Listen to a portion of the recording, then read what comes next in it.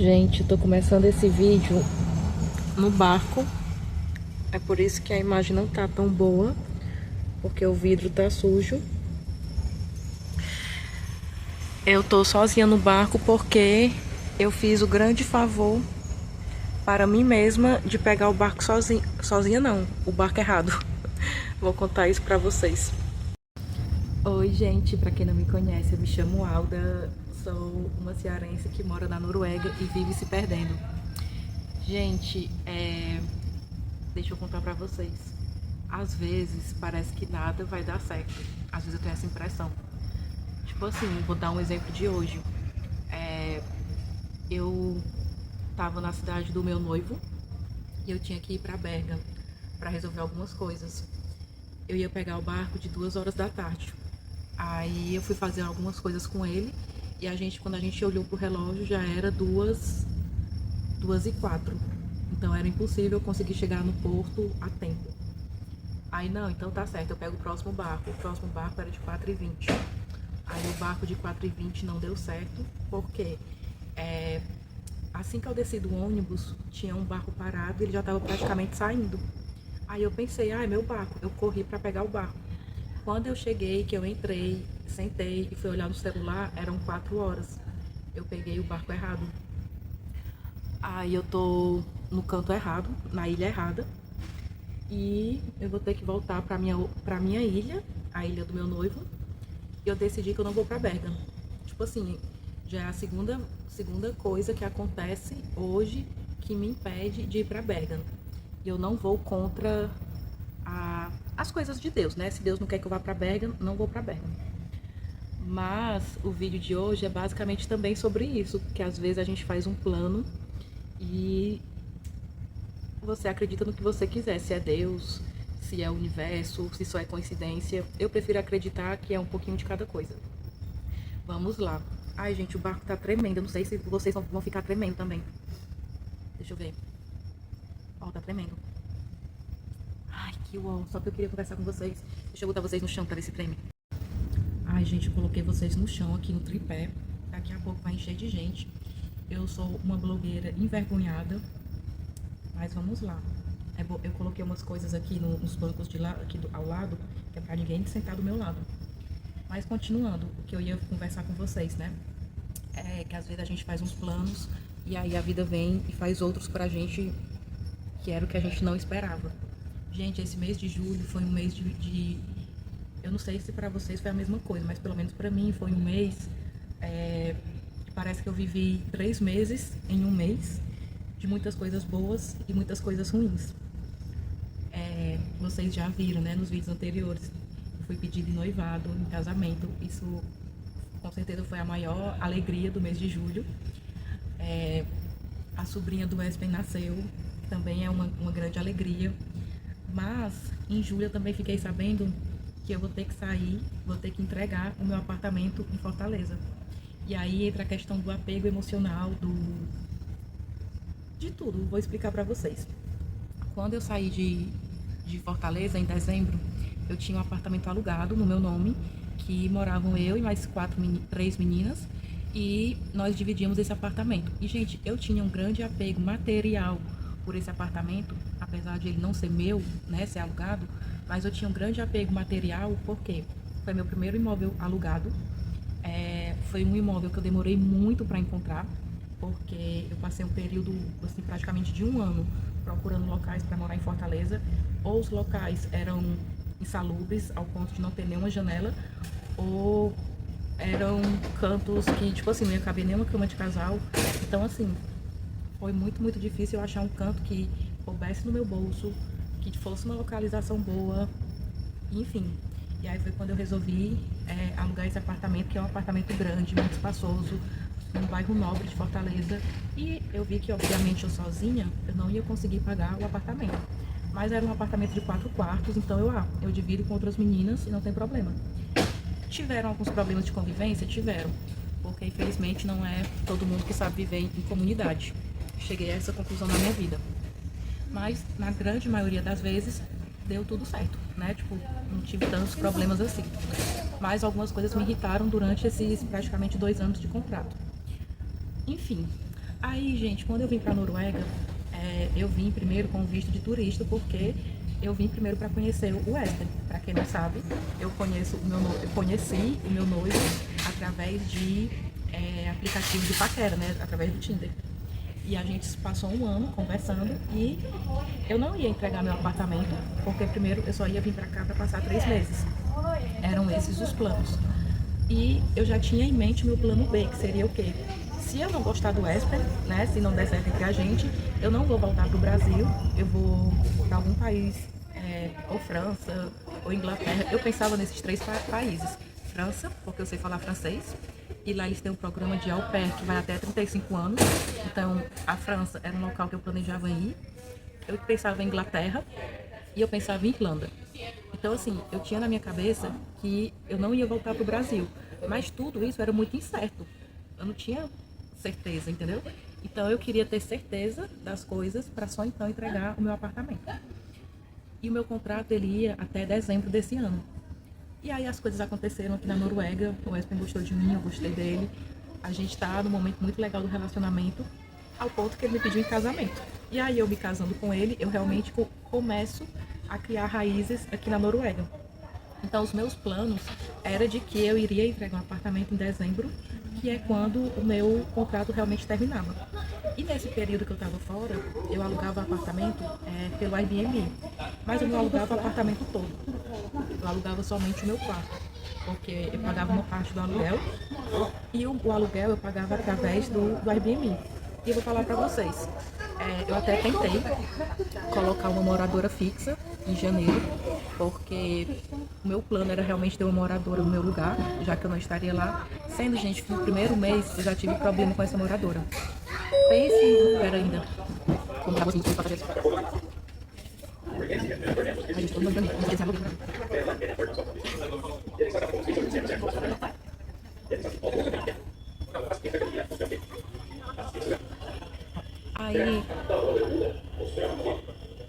Aí, gente, eu até tentei colocar uma moradora fixa no meu lugar, né?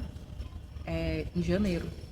Sendo que essa moradora só me deu trabalho. Gente, pense, foi um mês que parece que eu envelheci 40 anos. Como tem pessoas que sugam a nossa energia, né? Aí eu, sabe de uma coisa, eu não vou botar outra moradora não, porque se for pra eu ficar me dando trabalho e tal.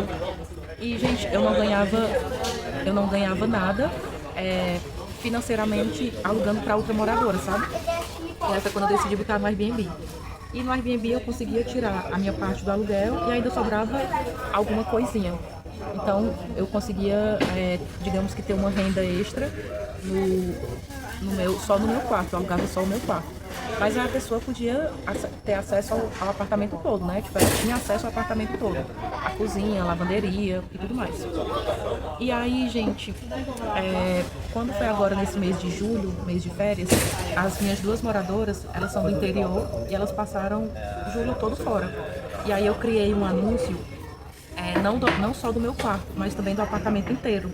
Porque uma outra moradora minha se disponibilizou de também ceder o quarto dela, porque o quarto dela ia estar fechado, então era uma forma dela também ganhar uma grana extra.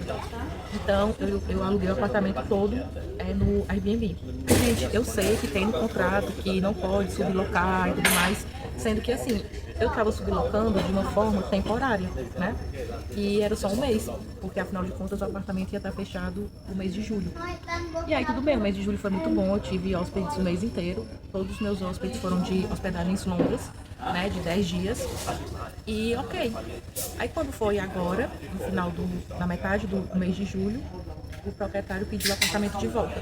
Eu não sei se foi por conta do Airbnb, ele não tocou nada desse assunto. O que ele falou era que, primeiro, que ele ia aumentar o aluguel, e segundo, que ele queria alugar para uma pessoa que era tipo conhecida dele. Sendo que eu já moro lá há 2 anos, né, então eu também sou uma desconhecida. Aí, gente, eu sei que isso me deixou super triste. Um dos moradores, porque em junho entrou um morador novo, que é um rapaz. Um dos moradores tentou alugar um apartamento, mas infelizmente não conseguiu, que era para justamente as outras meninas continuarem, mas infelizmente por questão de documentação não deu certo. E aí, gente, acabou que os planos não eram esses. Os meus planos era devolver em dezembro, continuar alugando o meu quarto, somente o meu quarto, esses meses que eu ia estar fora. Quando fosse em dezembro, eu pintava e entregava o apartamento. E não foi isso. E assim, eu ainda tentei negociar com o proprietário, mesmo tentando negociar e tudo mais, ele não cedeu. Ele queria, na verdade, o apartamento em agosto. E aí foi quando o meu pai, que trata disso, meu pai falou, não, você tem que dar os 30 dias de aviso prévio, né? Então a gente tem que sair até setembro. Sendo, gente, que isso aconteceu no momento, assim, de muito gasto, porque todos os documentos que eu tenho que tirar segunda via atualizado, não é nem uma segunda via, mas a minha documentação do Brasil, ela precisa ser atualizada, ela não pode ser do jeito que eu tenho aqui. Então, todos esses documentos eu tenho que mandar traduzir, eu tenho que mandar apostilar e eu tenho que pagar os correios Melquisedex do Brasil para a Noruega para a gente conseguir casar em setembro.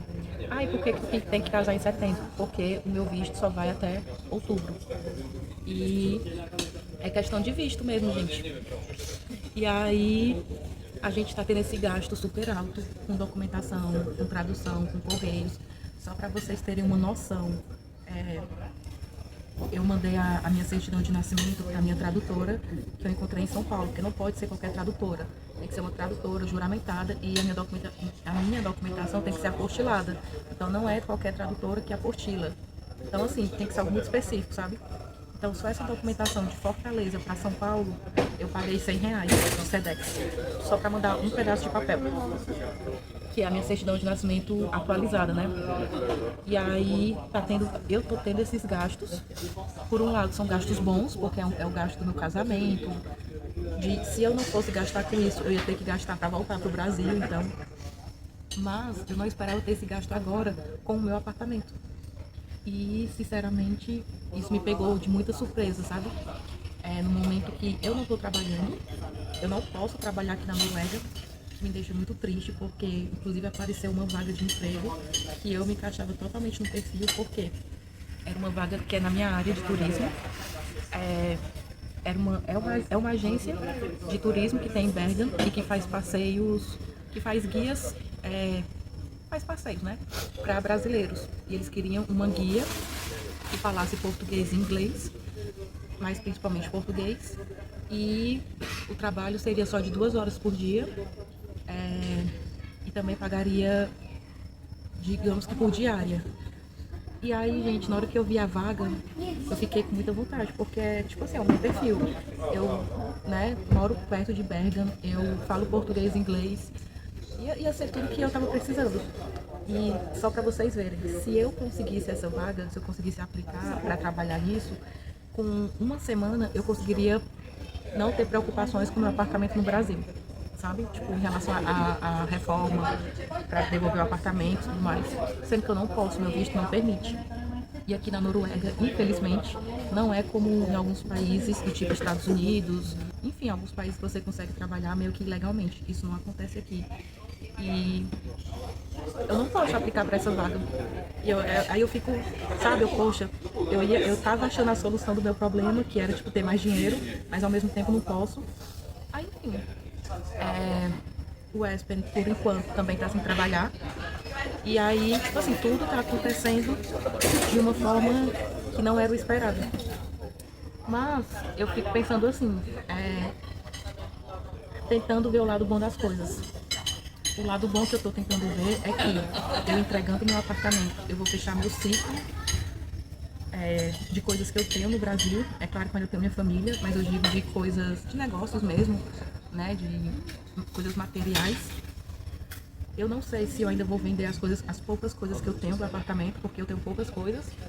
Porque, por exemplo, a geladeira é de uma das moradoras, a máquina de lavar é da outra moradora. Então, assim, as coisas que eu tenho de casa é basicamente as coisas do meu quarto e um fogão. Pronto, é isso.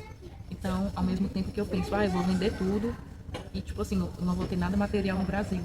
Mas aí eu sei que, tipo, essas coisas foram coisas que eu conquistei com tanto sacrifício, sabe, que eu não queria vender. Aí, enfim, gente, tô tentando ver as coisas de um lado positivo, do tipo, de algum jeito tudo isso vai dar certo. O casamento vai dar certo, minha documentação vai dar certo, a entrega desse apartamento vai dar certo. Tô tentando ser um pouco de positiva tóxica. E isso tem a ver com o que está acontecendo hoje. Tipo, hoje era para eu estar nesse momento em Berga, justamente para entregar uma documentação que eu tenho que entregar para o consulado. E hoje deu tudo errado. Mas eu tô voltando para casa, porque hoje não deu certo. Mas amanhã vai dar. E é assim que eu venho pensando os dias, tipo, eu não sei como que vai ser tudo isso. Mas, dia após dia, as coisas vão dando certo. E se não der certo é porque ainda não terminou. É isso. Então a lição do vídeo é essa, que às vezes a gente faz um plano, Deus, o universo, o que você crê faz outros, e aí a gente vai gerindo esses sentimentos. Às vezes sentimentos de frustração, que nem eu tô por não ter conseguido chegar em Bergen para entregar essa documentação, sentimentos de preocupação, como eu tô, em ter que reformar um apartamento, entregar um apartamento que claramente não tinha mil condições de fazer isso agora. Sentimentos de desapego, porque eu não sei se eu vou continuar com as minhas coisas ou não, afinal de contas ninguém vai usar, né? E como eu tô precisando de dinheiro, seria muito mais viável eu vender essas coisas. Enfim, gente, fiz uns planos para dezembro e fui cortada pelo destino para que essas coisas acontecessem agora. Mas vamos torcer para que tudo dê certo. É só um desabafo enquanto eu faço a minha viagem de volta para casa. E é isso, eu espero que vocês tenham gostado do vídeo. Até o próximo vídeo.